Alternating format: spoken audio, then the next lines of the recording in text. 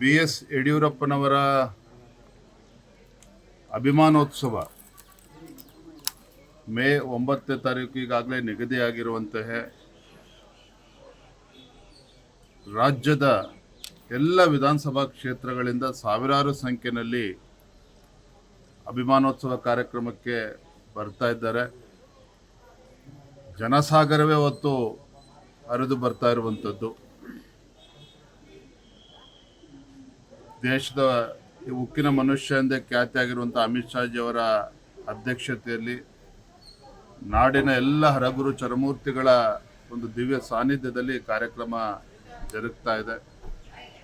ನಿಜವಾಗ್ಲೂ ಕೂಡ ನಮಗೆ ರೋಮಾಂಚನ ಆಗ್ತಾ ಇರುವಂಥದ್ದು.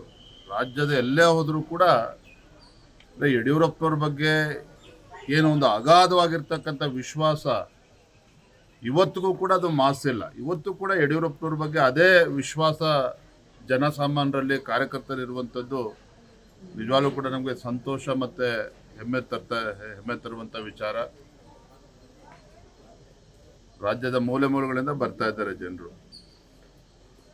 ಈಗಾಗಲೇ ತಮ್ಮ ಮಾಹಿತಿ ಸಿಕ್ಕಿರುವಾಗೆ 8ನೇ ತಾರೀಕು ಸಂಜೆ 5 ಗಂಟೆಗೆ ಪುರಪ್ರವೇಶ. ಯಡಿಯೂರಪ್ಪನವರು ಬೆಂಗಳೂರಿನಿಂದ ಚಿತ್ರದುರ್ಗಕ್ಕೆ ಬರ್ತಾರೆ. ಸಾವಿರಾರು ಸಂಖ್ಯೆಯಲ್ಲಿ ಅವತ್ತು ಕೂಡ ಅಭಿಮಾನಿಗಳಿರ್ತಾರೆ. ರಾಜ್ಯದ ಮೂಲೆ ಮೂಲೆಗಳಿಂದ ಕಲಾ ತಂಡಗಳು ಕೂಡ ಬರ್ತಾ ಇವೆ. ಒಟ್ಟಾರೆಯಾಗಿ ಹೇಳೋದಾದ್ರೆ ನಮ್ಮೆಲ್ಲ ಹಿರಿಯರು ಹೇಳ್ತಾ ಇದ್ರು, ಯಡಿಯೂರಪ್ಪನವರು ಅವರೊಬ್ರು ವ್ಯಕ್ತಿ ಅಲ್ಲ, ಅದೊಂದು ದೊಡ್ಡ ಶಕ್ತಿ ಅಂತ ಹೇಳ್ತಾ ಇದ್ರು. ಆ ಶಕ್ತಿ ಏನು ಅಂತೇಳಿ ನಮಗೂ ಕೂಡ ಅದು ಅರಿವಾಗಿ ಬನ್ನಿ ಕಾಲ.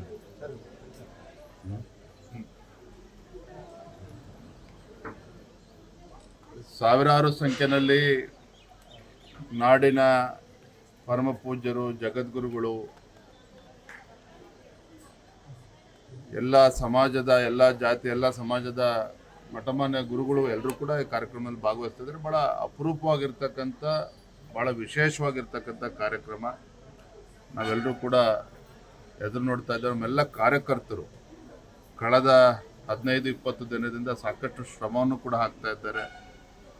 ನಿನ್ನೆ ಮೈಸೂರು ಪ್ರವಾಸ ಮುಗಿಸ್ಕೊಂಡು ಬೆಂಗಳೂರಿಗೆ ಬಂದಾಗ ತಂದೆಯವ್ರ ಜೊತೆಲಿ ಮಾತನಾಡ್ತಿದ್ದೆ. ಪಾಪ ಯಡಿಯೂರಪ್ಪ ನೋಡಿ ಅವ್ರು ಎಷ್ಟು ಕಾಳಜಿ ಅಂತ ಹೇಳಿದ್ರೆ, ಇಲ್ಲಪ್ಪ ನೀವು ರಾಜ್ಯದ ಮೂಲೆ ಮೂಲೆಗಳಿಂದ ಬಸ್ಸು ಕಾರುಗಳು ತೆಗೆದುಕೊಂಡು ಬರ್ತಾರೆ, ಎಲ್ರಿಗೂ ಮಾಹಿತಿ ಕೊಡಬೇಕು, ನಿಧಾನವಾಗಿ ಬರಬೇಕು, ಅವರೆಲ್ಲರೂ ಕೂಡ ಊಟ ಉಪಚಾರ ವ್ಯವಸ್ಥೆ ಸರಿಯಾದ ರೀತಿಯಲ್ಲಿ ಆಗಬೇಕು ಅಂದರೆ ಯಡಿಯೂರಪ್ಪನವರ ಕಾಳಜಿ ಏನು ಅನ್ನೋದು ಇದರಲ್ಲಿ ಅರ್ಥ ಆಗ್ತದೆ. ಮೊನ್ನೆನೂ ಕೂಡ ಆ ಮಾತನ್ನು ಹೇಳಿದರು, ನಿನ್ನೆನೂ ಕೂಡ ಅದೇ ಮಾತನ್ನು ಹೇಳ್ತಾ ಇದ್ರು.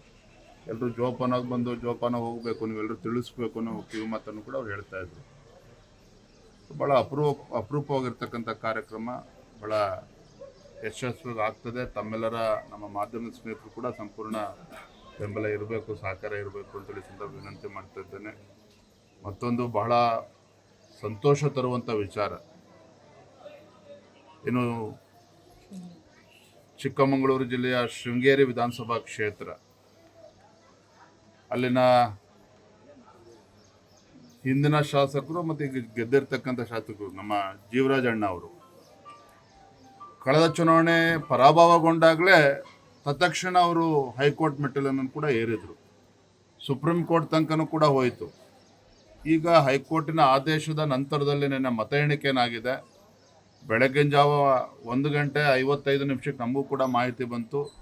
ಜೀವರಾಜ್ ಅವರು, ನಮ್ಮ ಜೀವರಾಜ್ ಅಣ್ಣ ಅವರು 56 ಮತಗಳಿಂದ ಗೆದ್ದಿದ್ದಾರೆ ಅನ್ನುವ ಸಮಾಚಾರವನ್ನು, ಶುಭ ಸುದ್ದಿಯನ್ನು ಅವರು ಕೂಡ ನೀಡಿದ್ದಾರೆ. ಅದು ಎಲ್ಲೋ ಒಂದು ಕಡೆ ಕಾಂಗ್ರೆಸ್ ಅವರು, ನಮಗೆ ಬರ್ತಾ ಇರ್ತಕ್ಕಂಥ ಮಾಹಿತಿ, ಇಲ್ಲಿ ಅಧಿಕಾರಿಗಳ ಮೇಲೆ ಸಾಕಷ್ಟು ಒತ್ತಡವನ್ನು ಹಾಕುವಂಥ ಕೆಲಸ ಮಾಡ್ತಾ ಇದ್ದಾರೆ.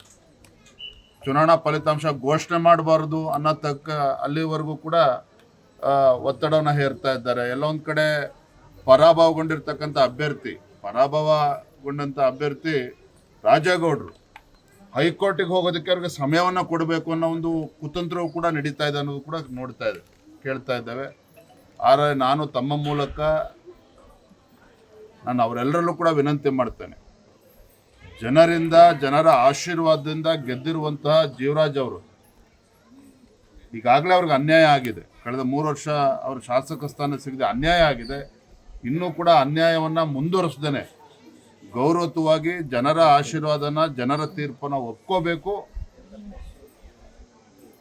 ಅವರಿಗೆ ಮುಂದಿನ 2 ವರ್ಷಗಳ ಕಾಲ ಶಾಸಕರಾಗಿ ಕೆಲಸ ಮಾಡೋದಕ್ಕೆ ಅನುವು ಮಾಡಿಕೊಡ್ಬೇಕು ಅಂತೇಳಿ ತಮ್ಮ ಮುಖೇನ ಅವ್ರಿಗೆ ವಿನಂತಿಯನ್ನು ಕೂಡ ನಾನು ಮಾಡ್ತಾ ಇದ್ದೀನಿ. ನೀವು ಸಣ್ಣ ಆಗ್ಬೇಕಲ್ವಾ? ಅದು ಒಂದು ಉತ್ತಮ ಆಹಾರದಿಂದ ಸಣ್ಣ ಆಗ್ಬೇಕಲ್ವಾ? ಪ್ರತಿದಿನ ನಮ್ಮ ಜೀನಿ ಸ್ಲಿಮ್ ನ ಯೂಸ್ ಮಾಡಿ ಯಾವುದೇ ಸೈಡ್ ಎಫೆಕ್ಟ್ ಇಲ್ದಂಗೆ ನೀವು ಸಣ್ಣ ಆಗ್ತೀರಾ.